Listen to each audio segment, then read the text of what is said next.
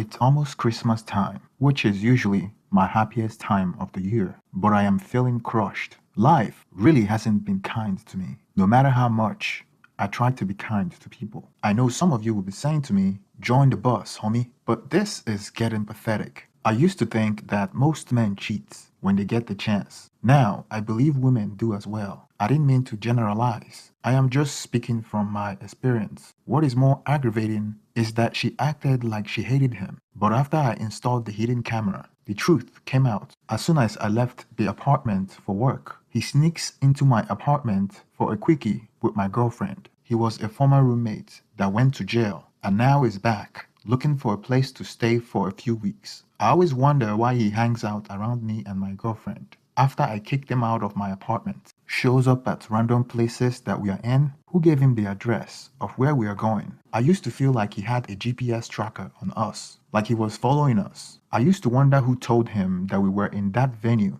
Now I know. Now it all made sense. One morning, I just got done taking a shower and now dressing up for work. Girlfriend taking a shower, and I heard a notification on my girlfriend's phone, a text message notification. Normally, I wouldn't care, but my girlfriend just got a new phone. The ringtone was unfamiliar to me. Curiosity got the best of me, so I walked up to her phone on the nightstand to take a look at who it was. The text was from Patrick. Patrick was my former roommate that just got out of prison. We have known each other since high school. We grew up in Queens together, became friends in high school. He lived with me before he went to jail for a few months. Then my girlfriend moved in with me. Then Patrick got out, then lived with me and my girlfriend for 2 months. We had a falling out and I kicked him out. He was supposed to stay with us for 2 weeks till he finds his own place or move in with family. But 2 weeks turns to 2 months. Hard enough paying almost 2 grand in a cramped 600 square foot 1-bedroom apartment in New York. No privacy, couldn't freely be intimate with my girlfriend because he was in the living room, just a few feet away from us, sleeping on the couch. My girlfriend and I were planning on signing a new lease and moving into a more expensive apartment in a better neighborhood in January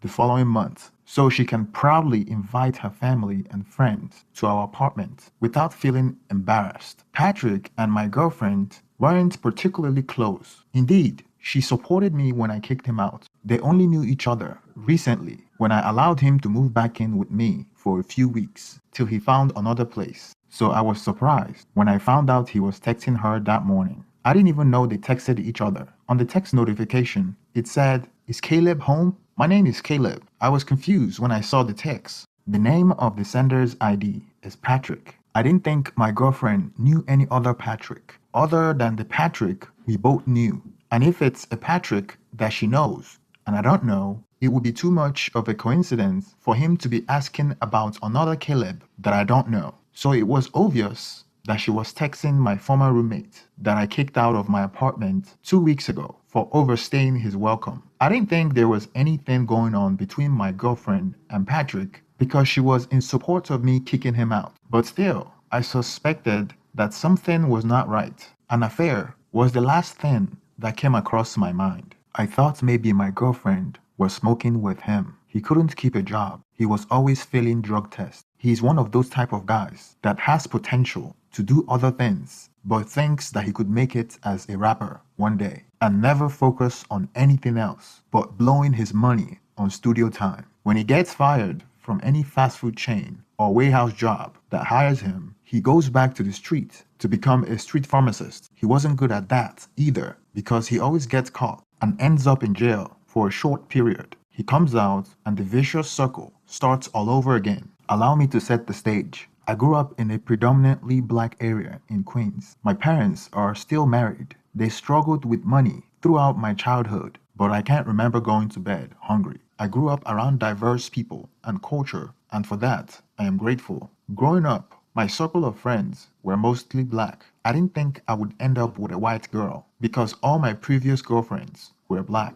I met my girlfriend when I was delivering packages almost 1.5 years ago. We exchanged a few witty comments. I asked her out on a date as a joke, thinking she would shut me down because I was a delivery driver. She accepted. We went on a date, and that was how it started. She's a beautiful 26-year-old young professional, thick in all the right places, and lived with her roommate at the time we met in an affluent area. I am a simple guy. I don't need much, just enough money to pay my rent and a beautiful girlfriend that won't bang the milkman when I am out working my butt off. Well, I thought I had that with my current girlfriend.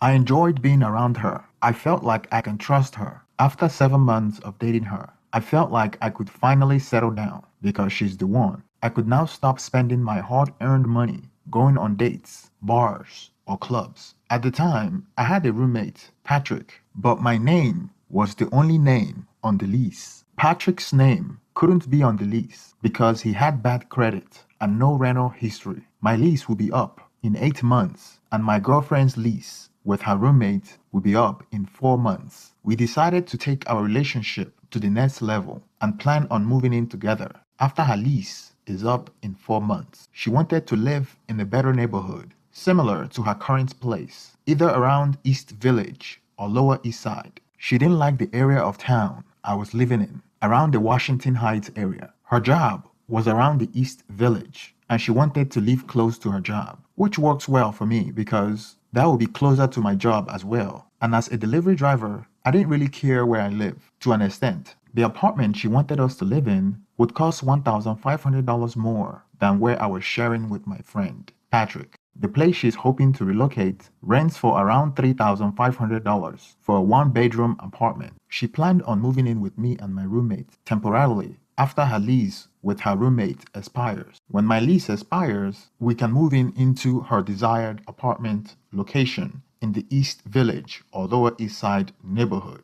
My roommate at the time was one of my childhood friends. His name is Patrick. He's a struggling musician, hardworking guy, and a street hustler as well. But the problem with him was that he was working hard on the wrong dream. He wanted to be a musician since he was 16, but haven't caught a break. He spends all his money on studio time to produce music that nobody listens to, and buying and selling drugs, so he never took any of his side jobs seriously and would fail random drug tests and lose his job. So he was constantly late on rent, and I regretted allowing him to move in with me. To make money after he gets fired, he would turn into a street pharmacist until he gets busted by the cops and spends a couple of months in jail. That was basically the story of Patrick's life since he was 16. I was so stupid to let him close to me. Just as predicted, 4 months before my lease expired, he got caught and thrown in jail. Since I was the only one on the lease, I couldn't do anything but pay the full rent by myself. I did him a favor by letting him stay with me,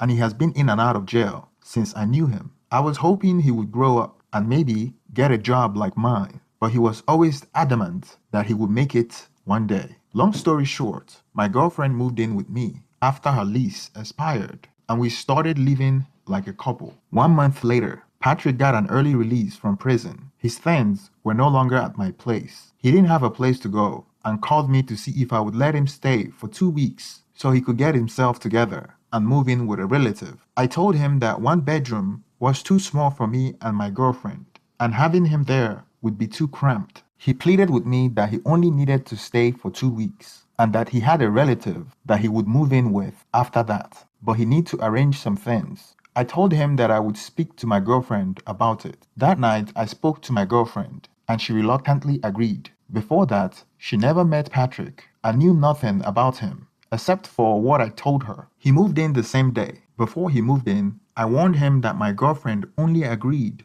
because I promised her that he was only staying for 2 weeks. He agreed that he would be gone in 2 weeks, and we would barely notice that he was here. A week later, he was the perfect couch surfer. He would go out of his way not to be in our space and only come back to the apartment when we were getting ready to go to bed. We barely saw him, but we knew he was there, and he did a good job at keeping his things out of the way. So it didn't come as a surprise that we didn't even notice when the 2 weeks came and went. During the 3rd and 4th week, sometimes I would come back late from work and he would be watching TV with my girlfriend. Nothing seemed suspicious, but I always found it strange that he knew when I would be late and would come home early. At the time, I thought he got along well with my girlfriend. However, they didn't speak much when I was around. We still felt like our living space was too cramped and the apartment was always claustrophobic, despite our attempt to keep it as clean as uncluttered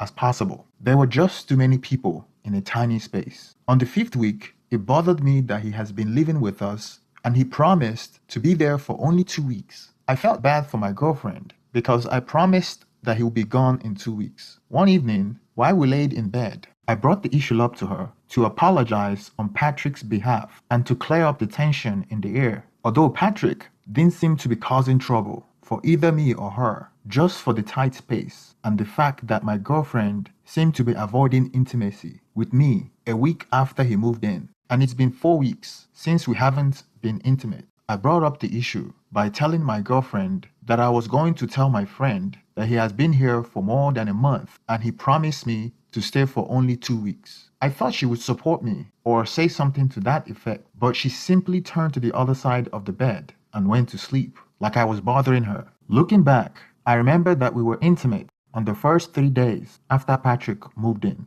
and then she started refusing intimacy with me on the 4th day. My girlfriend is a screamer, so I thought she was embarrassed that she had been loud for the past 3 days that Patrick was there, knowing that we have a guest in the living room. Moreover, what struck me as odd at the time was that the first 3 days that he moved in, we were intimate on those days, and she was absurdly louder than usual on those 3 days. She was being so loud that the next door neighbor could hear her. I felt like she was doing it intentionally, but for some reason, I liked it because it boosted my ego. Strangely, on the 4th day, going forward, she refused intimacy with me and would say something to the effect of, Patrick was in the living room. I responded that he was in the living room the other 3 days. I thought it was strange because she didn't have such discretion for the previous 3 days, even though Patrick was in the living room at the time. Once again, I didn't think anything of it.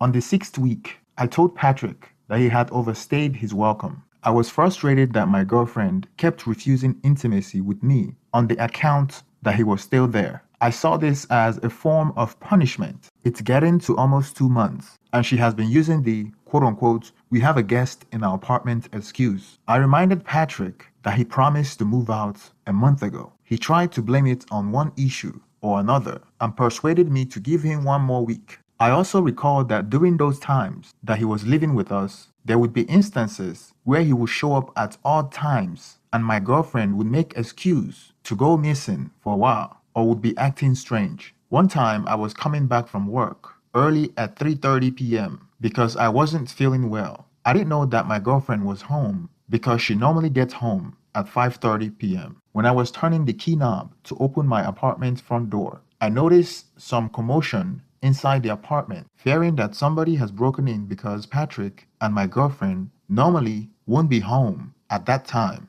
I rushed in. When I walked in, the TV was on and Patrick was pretending like he was watching TV. I can clearly see that he was acting awkward. The shower was on and I went to the bedroom and my girlfriend was taking a shower. It seemed very strange to me and I suspected that they were having excess, but I had no proof other than they were both at the apartment at odd times. Moreover, I thought my girlfriend wasn't that type of girl. I confronted my girlfriend about her being home early, and she said that she took a half day from work and really didn't give me a good reason why. I wasn't feeling well that day, so I didn't dive in much deeper than I should. I have my suspicions that there was something going on between them. The following day, my girlfriend brought up the personal conversation I had with Patrick about him moving out. Apparently, Patrick told her to intercede on his behalf, and she was being a mouthpiece for him. She said that I should give him 1 more week or more, instead of trying to rush him out. Since we are moving out of the apartment in January,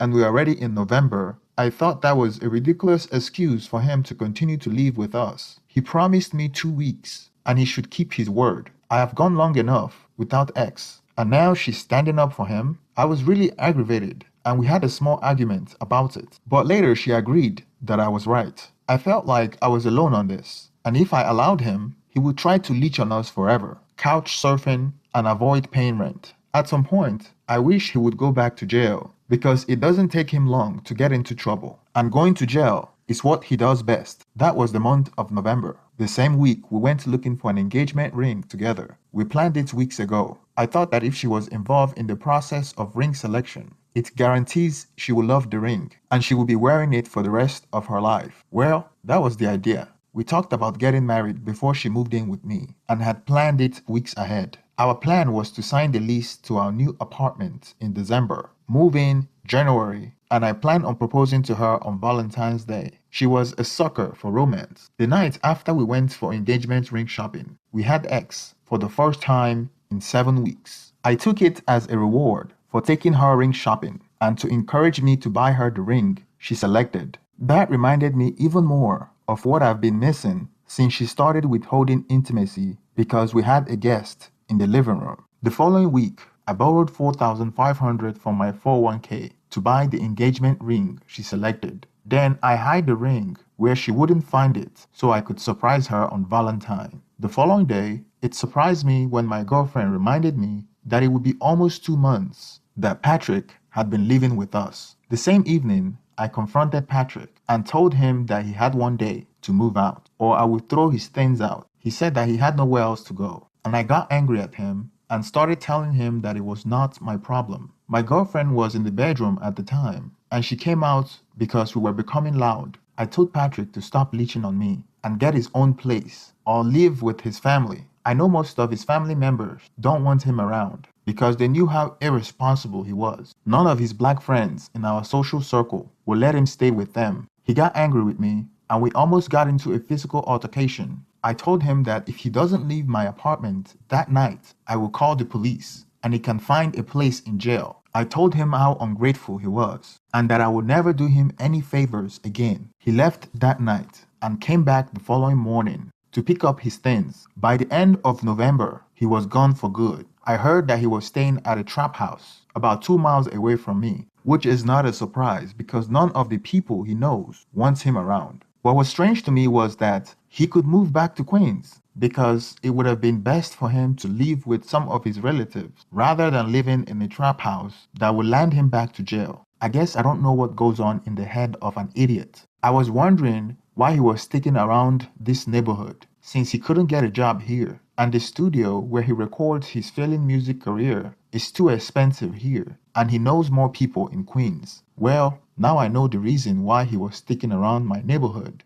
During the first week of December, I saw him sneaking out of a bar that I was in with my girlfriend. I thought it was strange that he was there. It happened a couple of times in different venues, but come to find out, my girlfriend had been texting him. I thought he had a GPS on me and my girlfriend because he would show up at various locations we were in, trying to hide so I wouldn't see him. I made a joke about it once to my girlfriend, and she told me that he was acting creepy. Now I know she had been sending him the address of the locations of where we were so she could sneak out and bang him in my car while I'm still inside the establishment waiting for her. My girlfriend is from upstate New York, so we went to her parents for the second time since we started dating. The first time wasn't too pleasant because her dad didn't like me. According to my girlfriend, he would have preferred that she married someone that is college educated and not a delivery driver. That wasn't how she said it, but that was what he meant. In essence, that was basically the impression I got. Her dad was a snotty, angry-looking community college professor that thought that he was better than me. He thinks that he is Einstein. He would always lecture me and ask me questions like I am under investigation.